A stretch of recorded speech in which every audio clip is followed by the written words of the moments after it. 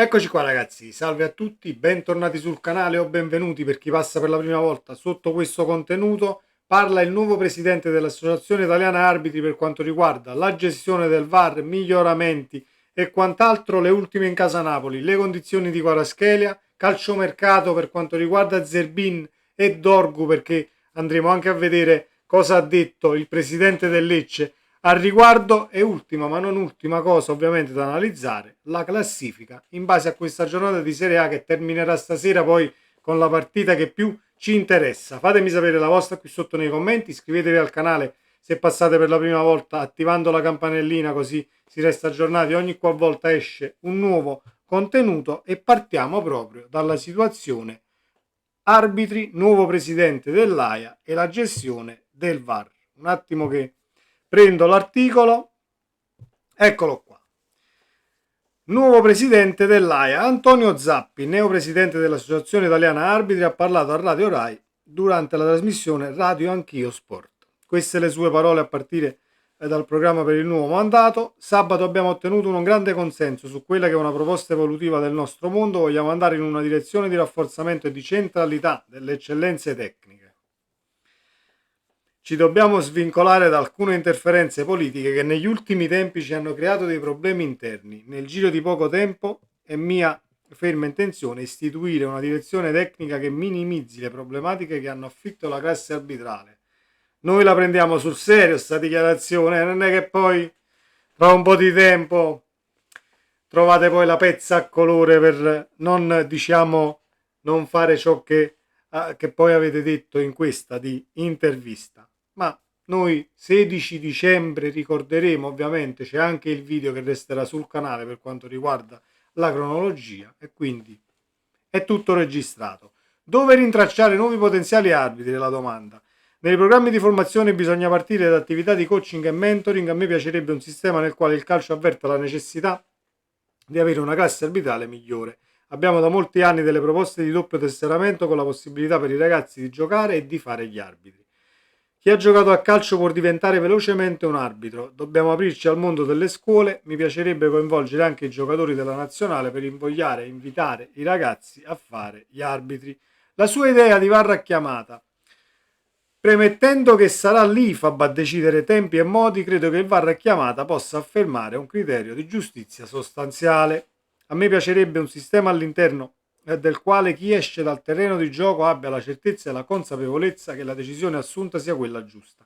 Mi piacerebbe un'evoluzione protocollare che vada in questa direzione. Ascolto audio VAR. In un'ottica di piena trasparenza mi piacerebbe che il calcio seguisse l'esempio del rugby, con la possibilità degli arbitri di spiegare a tutti le decisioni ed evitare a chiunque di poter mantenere qualsiasi retropensiero. Noi la prendiamo sempre per buona, 16 dicembre 2024, poi vedremo come vi mettete, se continuate a mettervi di traverso, perché ciò che è successo poche ore fa, possiamo dire, in Cagliari-Atalanta, comunque è rivedibile, ecco, mettiamola così.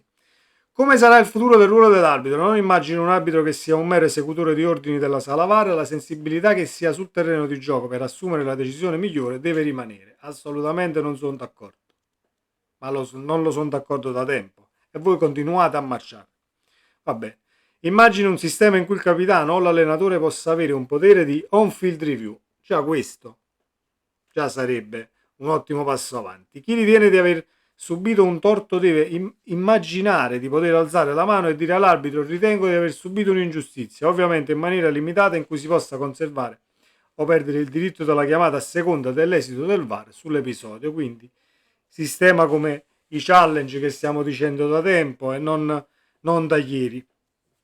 Ma sarà l'IFAB ovviamente a dirci come muoverci.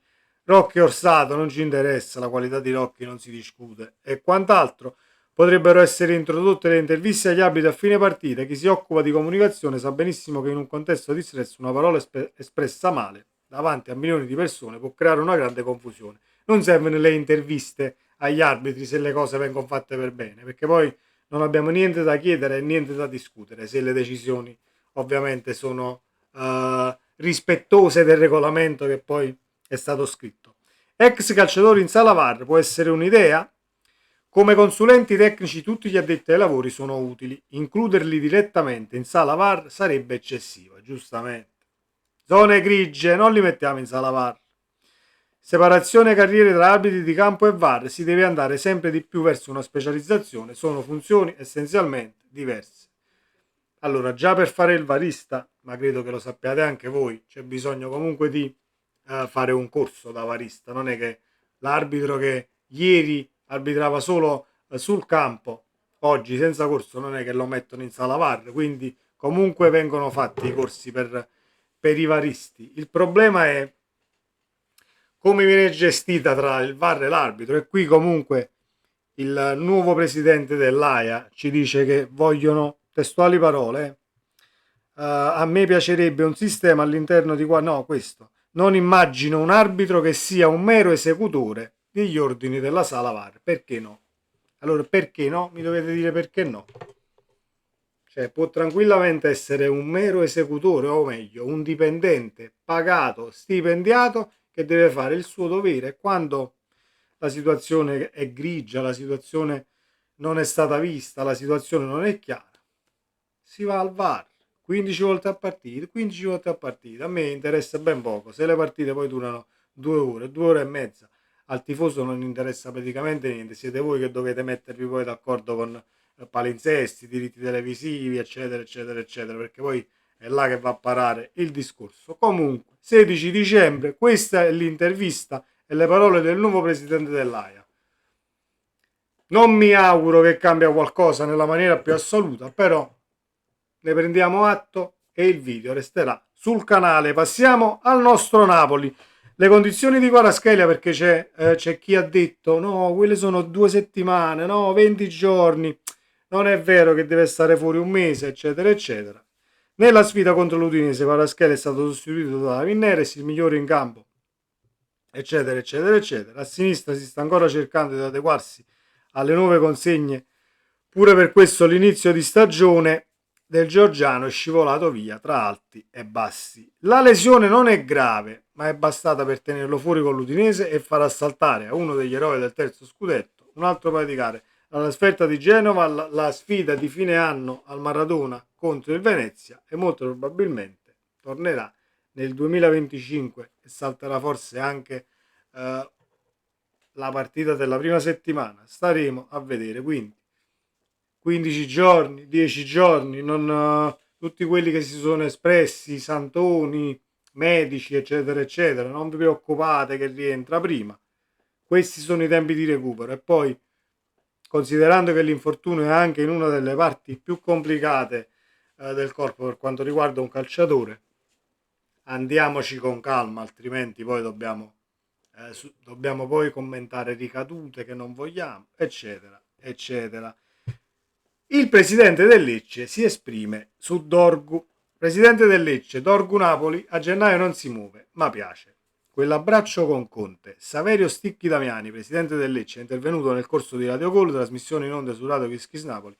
Dorgu al Napoli a gennaio non è proprio così. Il tema del mercato lo condividiamo quotidianamente con Corvino e Trinchera. Su Dorgu siamo allineati, il ragazzo gode di alcuni interessi in Italia ma non solo, e al contempo c'è la nostra volontà di non privarsene a gennaio. Sia rispetto al Napoli che rispetto ad altre società non c'è nulla di concreto, c'è soltanto un'attenzione generale che il ragazzo sta tirando su di sé, e vi dico che non è strategia, è la pura verità. Dorgu a giugno? Il Napoli ha fatto vedere un interesse, ci sono alcuni elementi che dimostrano questo interesse, nell'ultimo quell'immagine finale dopo Napoli-Lecce con Conte e Dorgu. È evidente che il giocatore piaccia, ma non mi sento di dire altro, non è una dichiarazione di forma, ma è la verità. Gran colpo a gennaio, ho letto anch'io. Sono le solite cose che girano, ma non creiamo aspettative che siano fuori dalla realtà. Ovviamente non si sbottona nessuno su situazioni del genere, anche perché diciamo che l'operazione di calciomercato prevede anche un investimento abbastanza grande da parte del Napoli. Se sono 30, si dice che il Lecce abbia sparato 40 milioni, eccetera. Comunque ha parlato anche il presidente del Lecce, poi vedremo se il Napoli affonda a gennaio o, diciamo, mette le basi per giugno, dovendo mettere poi a giugno solo le firme, avendo tutti sì nella sessione di mercato di gennaio. Zerbin e poi passiamo alla classifica. Allora, Zerbin dovrebbe accasarsi all'Empoli. Si era parlato il Monza, lo rivuole o non lo rivuole, se lo prende il Monza. Invece a quanto pare nella sessione di mercato di gennaio, trattativa che è anche in stato avanzato, a quanto ci fanno sapere dal mattino, dovrebbe accasarsi all'Empoli a gennaio. 16 dicembre, poi vedremo se a gennaio Zerbin andrà all'Empoli o meno, o resterà comunque a Napoli.